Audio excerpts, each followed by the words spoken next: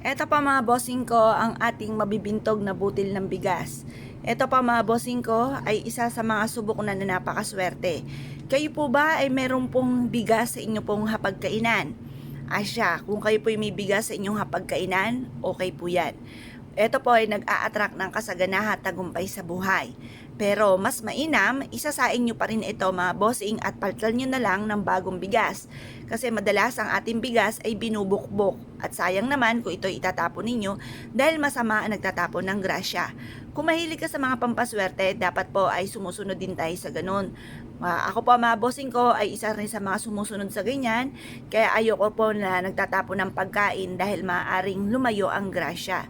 Ngayon pa mga bossing, ako po may ituturo na isa sa mga pamamaraan.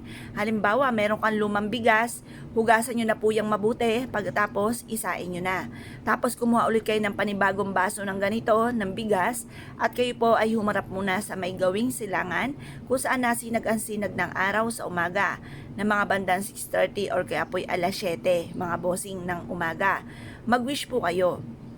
Sa pamamagitan ng pampaswerteng ito, ay siksikliglig at umaapaw at maraming blessing ang darating sa akin. Kailanman na hindi na ako maubusan ng pera. Masigit na magiging masagana ang aming pamumuhay. Hindi na ako mahihirapan pa na humanap ng pera at ang pera mismo ang kusang lalapit sa akin. Pero syempre mga bossing ko, yan ay mga salitaing magaganda. Yung ba tatawag tayo ng swerte. Pero syempre ang numero uno yan, sipag at tiyaga. Kailangan yan po ay pagtatrabahuhan natin. Hindi naman yung salitaan lang po mga bossing. Kasi maganda yung nagsasabi po tayo ng mga magaganda. Na kumbaga magkakaroon tayo ng maraming pera. Kahit alam naman natin na wala kayong pera, ay sasabihin natin magkakaroon ako ng maraming pera. Ganun po mga bossing. Lagi nyo sasabihin po yung mga magaganda, yung mga pangarap.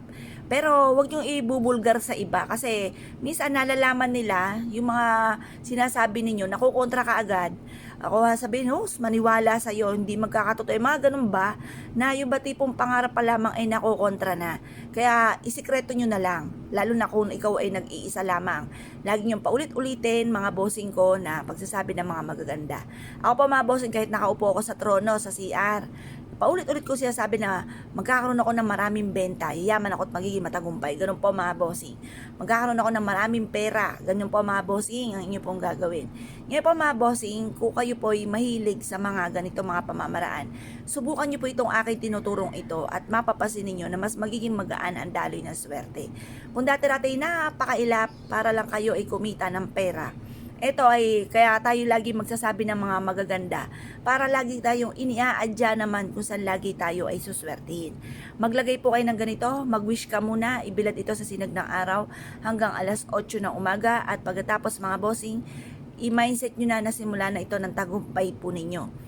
I-mindset nyo na magkakaroon kayo ng maraming pera, kailanman hindi na kayo mamumblema sa pera, siksik-liglig at umapot maraming blessing ang darating sa inyo. Ganun po ang mga pag-wish.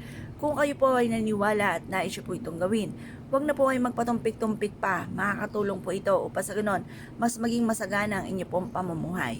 Kung kayo po ay naniwala at nais po itong gawin, ay siya mga bossing, good luck po sa inyo po lahat.